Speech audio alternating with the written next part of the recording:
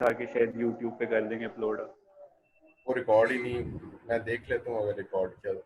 अच्छा, आरओसी का क्या है? राबेल आप बताओगे, फिर आप ही रह गए हो या कामरान रह गए?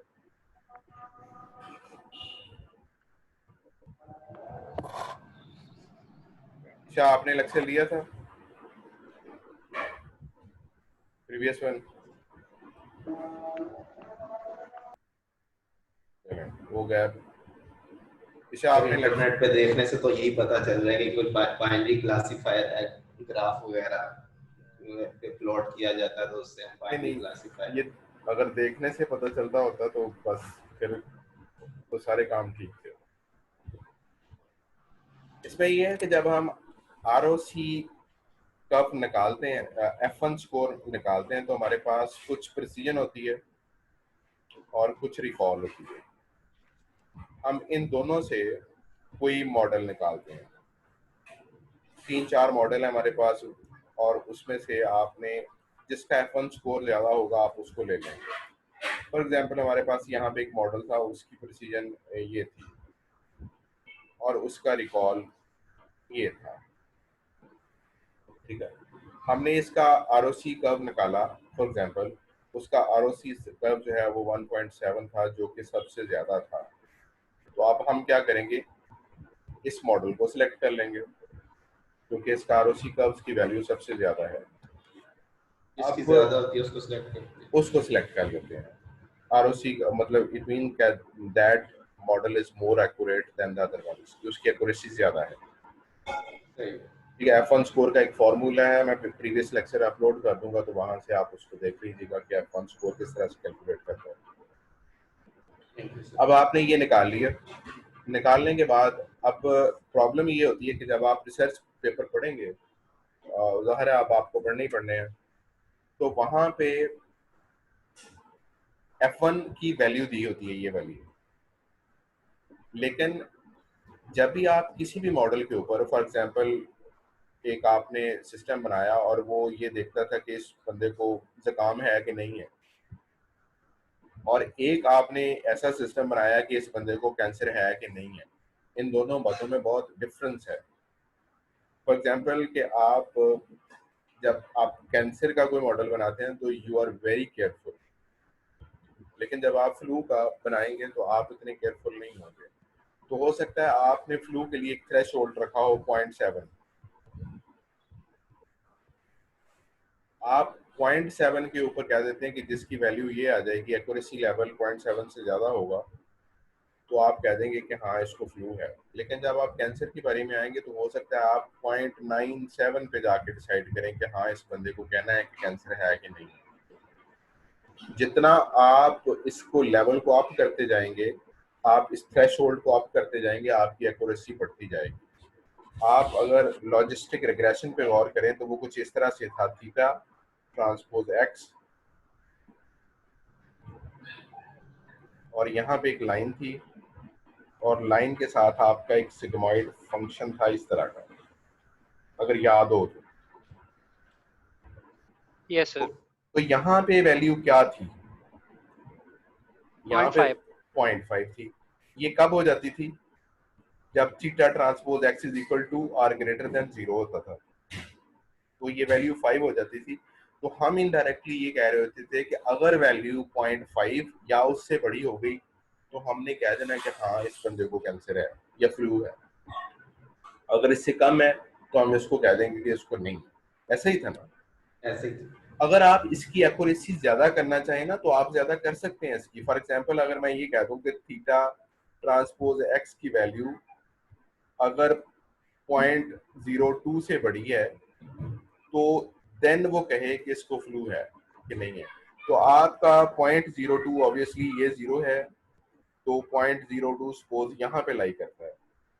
तो अगर आप यहाँ पे देखें तो यहाँ पे वैल्यू ये बनती है। Got the point? हो सकता है ये 0.6 हो, तो आपकी एक्यूरेसी बढ़ जाएगी कि 0.6 से जो ऊपर है उनको 1 देना है, और 0.6 से जो कम है उसको दूसरी क्लास में डाल दो। Okay, got the point? Yes, sir. ऐसा करने से क्या होगा कि फॉर एग्जांपल ये आपकी प्रिसीजन है, ये आपकी रिकॉल है,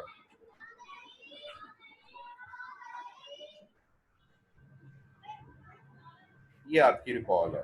तो आप यहाँ कहीं लाई करते होंगे, अगर आपका फॉर एग्जांपल ये मॉडल था, अब आप थोड़ा सा थ्रेशोल्ड ज्यादा करेंगे तो होगा क्या, प्रिसीजन बढ़ जाएगी और रिकॉल कम होना शुरू हो जाएगा। आप थ्रेशोल्ड को थोड़ा सा नीचे ले आए, 0.5 की बजाय 0.45 कर दें, तो आपकी क्या होगा, आपका रिकॉल बढ़ जाएगा, आपकी प्रिसीजन बहुत कम होना शुरू हो जाएगी। यानी कि ये पॉइंट हो सकता है यहाँ आ जाए, हो सकता है यहाँ आ जाए, ये कहीं भी हो सकता है। ओके, ये इसी तरह से है जिस तरह आप गूगल के ऊपर सर्च करें, तो अगर आप सर्च इंजन का थ्रेशोल्ड बहुत ज़्यादा मेंटेन हो तो वो आपको अब तो थाउजेंड्स में आपको डॉक्यूमेंट रिट्रीव करके ला देता है।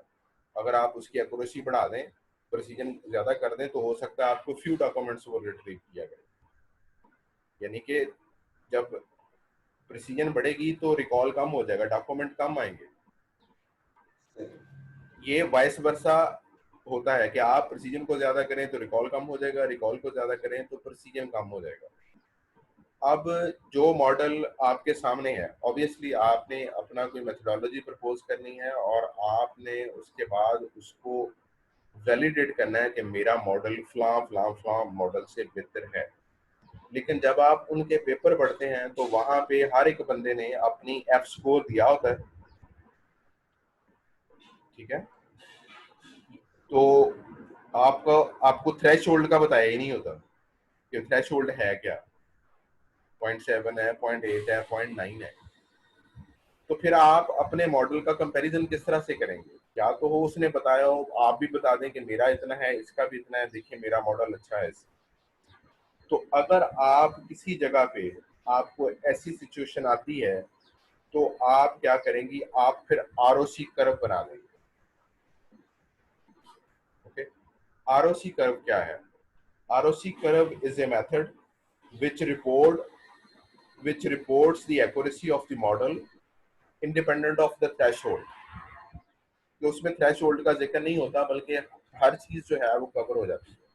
कवर किस तरह से होती है? आप थ्रेशोल्ड का एक बनाए चार्ट, बार बनाए,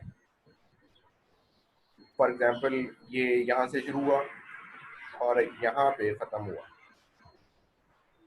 यहाँ पे 0.01 एक्यूरेसी है, सपोज यहाँ पे वैल्यू थ्रेशोल्ड की 0.01 है, यहाँ पे कुछ और है, यहाँ पे कुछ और है, यहाँ पे 0.3 है सपोज, एंड सो ऑन, ये चलती जाएगी। ओके, जब आप ये करके अपने मॉडल को देखेंगे तो वो आपको ट्रू पॉजिटिव और फॉल्स पॉजिटिव रिटर्न करेगा। ऑब्वियसली प्रिसीजन और रिकॉल वहीं से आती है। मैं इसको जरा साफ, सारा ही साफ हो गया।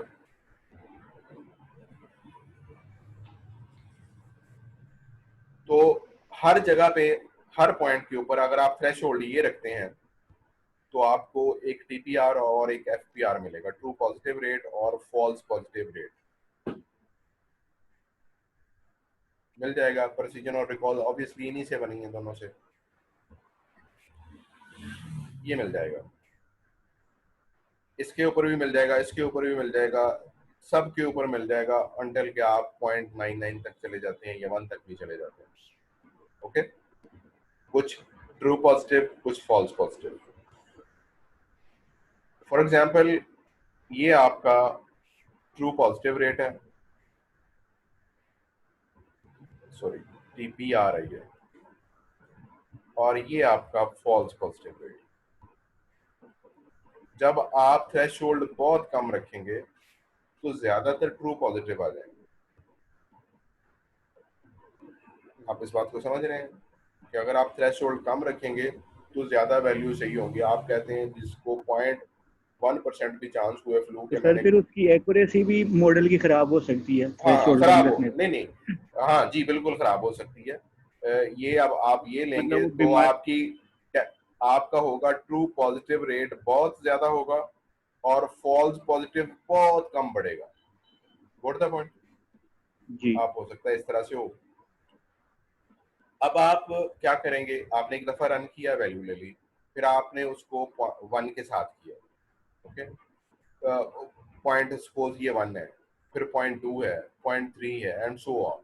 जब आप उसको थोड़ा सा बनाएंगे तो ट्रू पॉजिटिव रेट स्लाइटली कम बढ़ना शुरू हो जाएगा और फॉल्स पॉजिटिव रेट थोड़ा सा ज्यादा बढ़ना शुरू हो जाएगा। आप इसको और बढ़ाते जाएं तो फॉल्स पॉजिटिव रेट एक टाइम आएगा कि इस तरह से ये जाती जाएगी कर्व, ये कर्व इस तरह से कुछ बनेगा, ओके। अब कौन सा मॉडल अच्छा है? ये आपकी आरओसी कर्व है, आपकी आरओसी कर्व है, एक और बंदे की आरओसी कर्व है। ऑब्वियसली यहाँ पे स्केल बने होंगे, ये कहाँ 0.1 है, 2, 3, 4 अब तक जो भी है, और यहाँ पे भी कुछ बने होंगे। अब आपकी आरओसी कर्व ये है, एक और मॉडल था उसकी आरओसी कर्व ये है, कुछ ना कुछ बनेगी हर मॉडल की। तो जिसका area under the curve AUC ज्यादा होगा वो मॉडल बेस्ट कंसिडर होगा इररिस्पेक्टिव ऑफ द थ्रेशोल्ड। पहले वाला फिर बेस्ट हुआ, ये वाला बेस्ट हुआ। हाँ, ये भी हो सकता है कि कोई मॉडल इस तरह से जाए, इस तरह से जाए और यहाँ पे गया, और यहाँ पे जाने के बाद यहाँ पे आ गया, आना सबने यहीं पे आया, इसने भी यहीं पे आया। अब हो इसका हो सकता है ये, अब ये क्योंकि ट्रू पॉजिटिव बहुत देर तक चलता रहा, हो सकता है 0.99 के ऊपर जाके फिर इसका फॉल्स पॉजिटिव रेट बढ़ना शुरू हो, तो ये मॉडल सबसे बेस्ट हो जाएगा। इसका एरिया अंडर द कर्व ज्यादा होगा इसकी निस्बत, इवन दो कि ये बाद में नीचे आ गया। तो ये एक एवेल्युएशन मैकेनिज्म है, क्योंकि पहले मैंने आपको एक्यूरेसी कराया था, दूसरा F1 मेजर कराया था, तीसरा ये आरओसी कर्व है। कि ये भी एक तरीका है कि अगर थ्रेशोल्ड किसी ने मेंशन नहीं किया और आप उसके साथ अपना कंपैरिजन देना चाहते हैं तो आप आरओसी कर्व के थ्रू भी दे सकते हैं, ओके। क्लियर या नॉट? क्लियर है सर। ये हो गया, 3 हो गए। चौथा था कंफ्यूजन मैट्रिक्स, ये भी आप कहीं ना कहीं बनते देखेंगे।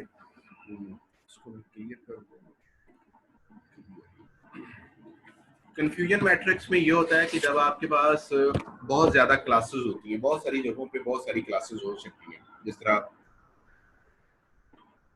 आपने चीजों को रिकग्नाइज करना था कि ये एरोप्लेन है, क्या चीज है, तो एक क्लास C1, C2, C3, या फॉर एग्जांपल आप एक स्मार्ट होम बनाते हैं, उसके अंदर आप ये डिटेक्ट करना चाहते हैं कि ये बंदा क्या कर रहा है इस टाइम पे, वो एक्सरसाइज कर रहा है, वो टीवी देख रहा है, वो किचन में कुछ काम कर रहा है, बाथरूम में जा रहा है, ये डिफरेंट एक्टिविटीज हैं, तो ये डिफरेंट क्लासेस बन जाएंगी।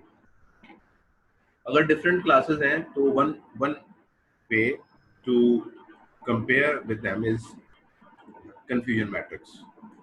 कि आप एक क्लास लेते हैं C1, C2, C3, C4, for example 4 classes थी, तो आप इधर को भी इस तरह की चीजें देखेंगे, C1, C2, C3, C4।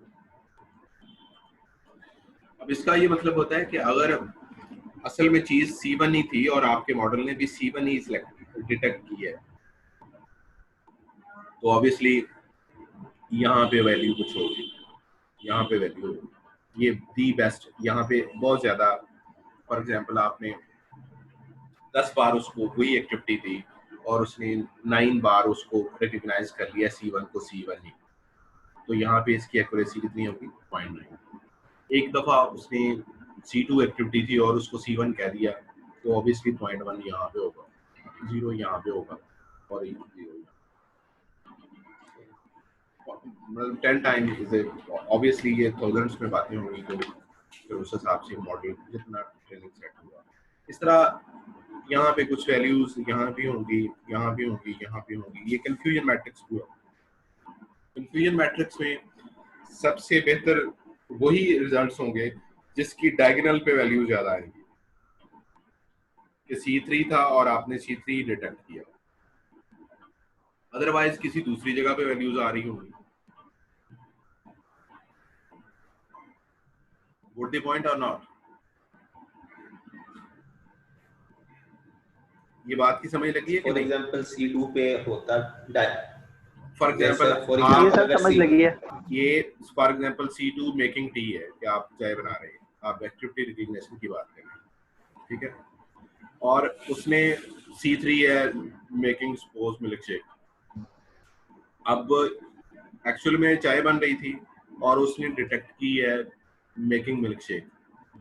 10 time आपने मेकिंग टी ट्रेनिंग सेट में दिया, उसने 8 दफा तो मेकिंग टी उसको कहा, 2 दफा सपोज उसने, या 1 दफा मेकिंग उसने क्या दिया, मेकिंग मिल्क शेक है, और 1 दफा मेकिंग पास्ता कह लें सपोज, तो वैल्यूज इस तरह से आएंगी। तो अब ये जिसकी डायगोनल पे वैल्यू मैक्सिमम होगी, that is more appropriate model. Right now C1 more appropriate. ठीक, बिल्कुल। और फिर आप जब ये कंफ्यूजन मैट्रिक्स बनाते हैं तो फिर आप जो भी आप कोई भी रिसर्च पेपर के अंदर जब एवेल्युएशन करते हैं तो आप ग्राफ अपना देते हैं और ग्राफ के बाद उसकी डिस्कशन देते हैं। डिस्कशन देने के बाद फॉर एग्जांपल आप ये भी देते हैं कि ये पॉइंट 1 यहाँ पे आया तो क्यों आया। फॉर एग्जांपल आप ये कह देंगे कि अच्छा क्योंकि मिल्क शेक पहले वो सुबह 8 बजे नहीं बनाता था, बाई चांस एक दिन उसने 8 बजे सुबह नाश्ते के टाइम पे जिस वक्त चाय बनती थी उस वक्त उसने मिल्क शेक बनाना शुरू कर दी और उसने गलती से स्टोव को भी ऑन कर दिया था फिर बंद कर दिया, तो सिस्टम ये समझा कि ये इस वजह से ऐसे हो रहा है। मतलब आप फिर वैलिडेशन देते हैं, नीचे आप थोड़ा सा अपने काम को वैलिडेट करते हैं कि सारी गलती सिस्टम की नहीं है बल्कि कुछ कंफ्यूजन होंगी। तो इस तरह से आप अपने रिजल्ट्स को डिस्कस करते हैं और लोगों के साथ कंपेयर भी करते हैं कि अच्छा ये रिजल्ट देखें, ये बिल्कुल मेरा सबसे बेटर है, ये रिजल्ट स्लाइटली फ्ला पेपर से कम है और इसकी वजह ये है। आप अपना रैशनल ले देते हैं कि ये अगर कम है तो क्यों कम है।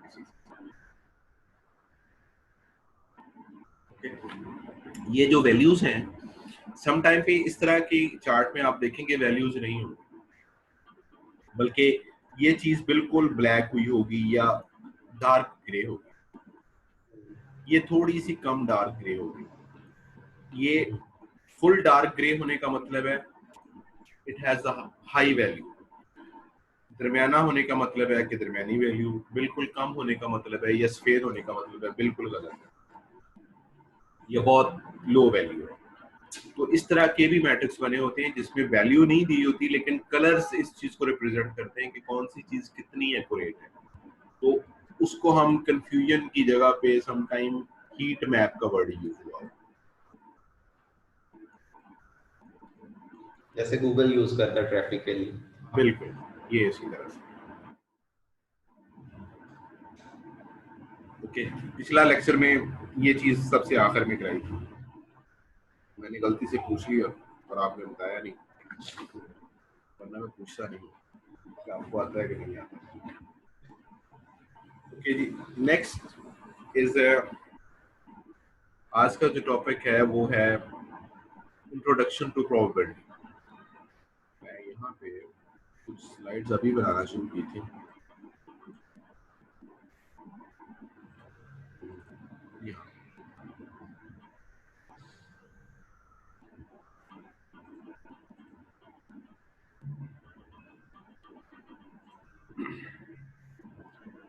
इंट्रोडक्शन प्रोबेबिलिटी में हम थोड़ा सा प्रोबेबिलिटी को डिस्कस करेंगे। प्रोबेबिलिटी हो सकता है आपको मुझसे तो ज़्यादा ही आती हो क्योंकि जितनी देर से पढ़ी होगी किसी ने उतनी उसको ज़्यादा याद होगी। तो प्रोबेबिलिटी एक्चुअली जितने भी ये मॉडल हैं ये देखने में तो हम किसी को रिग्रेशन लाइन से कर रहे हैं, किसी को लॉजिस्टिक से कर रहे हैं, किसी को न्यूरल नेटवर्क से कर रहे हैं, लेकिन बिहाइंड द सीन इसके पीछे स्टैटिस्टिक्स थ्योरी मौजूद है जो कि किसी भी एडवांस मॉडल के अंदर जो है जब भी आप किसी को पढ़ेंगे तो आपको वहां पे बहुत सारी चीजें प्रोबेबिलिटी की फॉर्म में लिखी होगी। तो उसको देख के परेशान नहीं होना, और इतनी की प्रोबेबिलिटी हमें पता होना चाहिए कि ये बात क्या कह रहा है। फ्रीक्वेंटेस्ट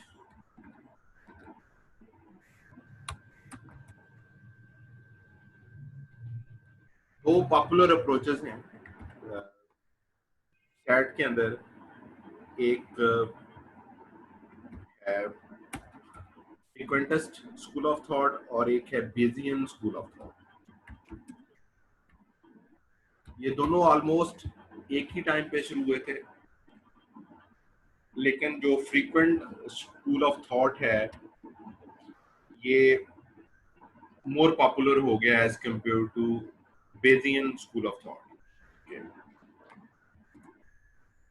फ्रीक्वेंटेस्ट स्कूल ऑफ थॉट में जिस तरह हम भी प्रोबेबिलिटी को थोड़ा बहुत पहले पढ़ते हैं अपने कोर्स के अंदर, कि आप फेयर कॉइन है आपके पास, आप उसको मल्टीपल टाइम्स फेंकते हैं और फिर देखते हैं कि अच्छा इसकी किसी टेल आने की फ्रीक्वेंसी क्या है या हेड आने की फ्रीक्वेंसी क्या है।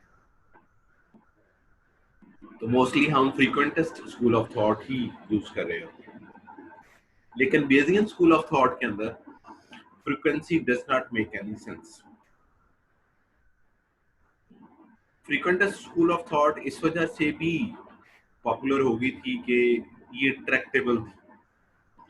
ट्रैक्टेबल मीन के ये कंप्यूटेशनली फिजिबल थी, इसको कंप्यूट करना फिजिबल था, जबकि बेजियन स्कूल ऑफ थॉट जो है वो इनट्रैक्टेबल थी, कि ये फाइनाइट टाइम के अंदर या कुछ जो प्री डिफाइन एक टाइम होता है उसके अंदर इसको कैलकुलेट नहीं कर पाते थे। लेकिन with the passage of time machines जो है वो उन्होंने अपनी फंक्शनैलिटी को इवॉल्व करना शुरू किया, इनहांस करना शुरू किया, तो बेजियन स्कूल ऑफ थॉट दोबारा से प्रिवेल करना शुरू किया। फिर इसको ज्यादा बहुत सारा बूम जो है वो मशीन लर्निंग ने दिया, कि बेजियन स्कूल ऑफ थॉट जो है वो ज्यादा प्रिवेल कर रहा है as compare to frequentist school of thought. Bayesian school of thought में frequency does not make any sense.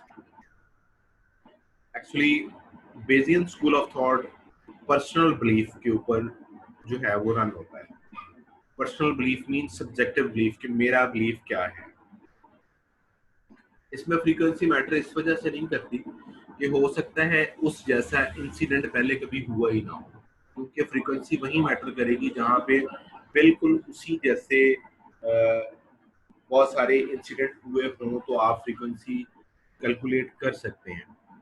For example अगर मैं ये कहूँ कि अगला वर्ल्ड कप कब है क्रिकेट का, 4-5 साल बाद होता है, 2019 में 2019 4 साल बाद होता है, 24 में होता है, 2023 में। चले 23 में लगा लें कि 2023 में पाकिस्तान जीतने के कितने चांस हैं? वैसे ही ना कह देना जीरो है। नहीं सर, जीरो नहीं है सर 10%, वो भी 10 बाबर आजम की वजह से। चलें ओके ठीक है। ये अब आपने किस तरह से कैलकुलेट किया है, जबकि ऐसा कुछ नहीं है पीछे। आपके पास बहुत सारे पैरामीटर जो हैं वो नए हैं। फॉर एग्जांपल जब आपने कभी वर्ल्ड कप जीता होगा तो उस वक्त ये प्लेयर बाबर आजम नहीं थे। उस वक्त हो सकता है वो जो वर्ल्ड कप जीता था वो इंग्लैंड में था, अब हो सकता है वो श्रीलंका में हो सकता है बारिश हो रही हो उस टाइम पे या बारिश होके हटी हो। तो पैरामीटर्स जो हैं वो चेंज होते जाएंगे और आपकी फ्रीक्वेंसी जो है वो मैटर नहीं करेगी, क्योंकि आप जो चीज को कैलकुलेट करना चाह रहे हैं वो बिल्कुल नहीं है। तो फिर आप क्या करते हैं, आपका एक ये पर्सनल बिलीफ है, आपने कहा जी मेरा 10% बिलीव है कि पाकिस्तान मैच जीत जाएगा। Bayesian school of thought depend upon this कि आपके पर्सनल बिलीफ है क्या। ठीक है, तो इसको हम थोड़ा सा देख लेते हैं, लेकिन इससे पहले हम थोड़ी सी प्रोबेबिलिटी देख लेते हैं कि प्रोबेबिलिटी में कौन कौन सी टर्म्स होती हैं, और जहां मैं गलत हूं तो आप बताते जाएं। फॉर एग्जाम्पल मैं यहाँ पे लिखता हूँ कि bag I has I blue balls and 2 green balls.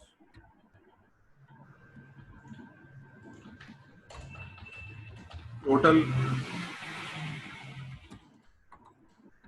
bags are 6.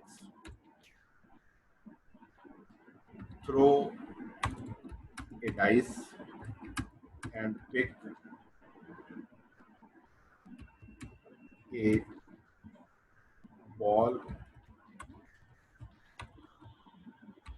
from bag.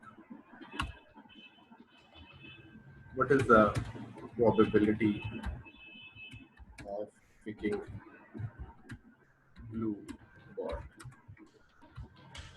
Okay, समझ गए कि आई बैग्स हैं और हर बैग के अंदर आई ब्लू बॉल्स हैं और 2 ग्रीन बॉल्स हैं. Total number of the bags 6 हैं. एक आप डाइस थ्रो करें, जो नंबर आए उस नंबर में से आप एक बॉल निकालें और फिर आप बताएं कि ब्लू बॉल होने की प्रोबेबिलिटी क्या है. तो इसको मैं ये अभी जब आप अभी एंटर नहीं हुए थे तो मैंने ये बनाना शुरू किया था कि आपके पास 6 बॉल सॉरी 6 बैग्स हैं. तो ये 1 2 3 4 5 6 आ गया. बैग आई के अंदर आई ग्रीन बॉल थी. बैग 1 के अंदर 1 ग्रीन बॉल होगी और 2 ब्लू बॉल होगी. इसी तरह बैग 2 के अंदर 2 ग्रीन बॉल्स होंगी और 2 ब्लू बॉल्स होंगी. 3 ग्रीन बॉल्स होंगी तो 3 और 2 ब्लू बॉल्स होंगी. 2 ब्लू बॉल्स फिक्स हैं और अगर बैग जो भी नंबर है बैग का नंबर है वही number of green ball. Okay, तो इसमें ये मैंने नीचे कुछ लिख लिए हैं पॉइंट्स. ये मैंने कुछ रैंडम वेरिएबल के साथ उसको रिप्रेजेंट किया. मैं कहता हूँ प्रोबेबिलिटी के x जो है इज इक्वल टू 1, तो मैं इसको कहता हूँ पिक्ड बॉल फ्रॉम बैग 1. इसका ये मतलब है this is called random variable.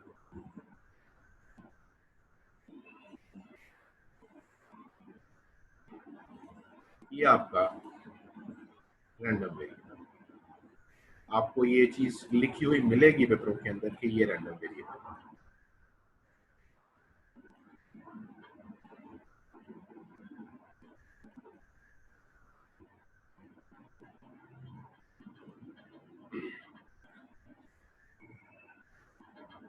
तो टोटल जो रैंडम वेरिएबल्स हैं वो 6 होंगे. 1 2 3 4 5 6. अगर 6 टोटल जो है वो आपके बैग्स हैं तो ये x इज इक्वल टू 1 का मतलब है कि रैंडम वेरिएबल्स की वैल्यू 1 है. तो मैं कहता हूँ pick ball from bag 1. x is equal to 2 होगा तो बैग 2 से है. इसी तरह y इज इक्वल टू 1 का मतलब है bag picked A ball from blue balls. ठीक है, और y इज इक्वल टू 2 को कहता हूँ मैं कि ग्रीन बॉल को पिक किया गया. तो ये सारे के सारे रैंडम वेरिएबल्स हैं. इसके कंट्रास्ट में एक और वेरिएबल होता है जिसको कंटिन्यूस वेरिएबल कहते हैं. इसी जगह पे वो भी लिखा होगा, लेकिन ये सारे प्रोबेबिलिटी के कुछ एक्सियम्स होते हैं.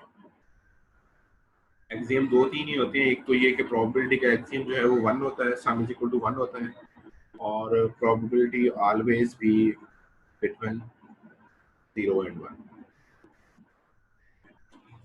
तो यहाँ से मैंने इसी को देखते हुए एक टेबल ड्रॉ किया. मैंने ये सारी चीजें निकालनी थी तो मैंने इसमें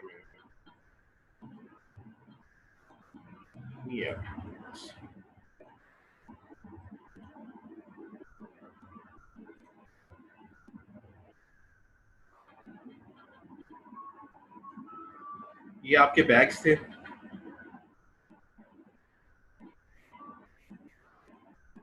1 2 3 4 5 6. जी यहाँ पे बताएं मुझे प्रोबेबिलिटी क्या होगी, कोई बंदा दिखा दे मुझे।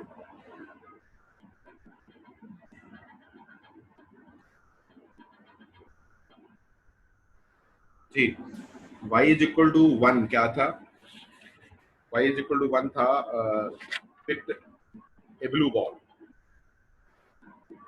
ठीक है ठीक है। तो यहाँ आपको पता है कि बैग चूज होने की, बैग 1 चूज होने की, y x is equal to x का मतलब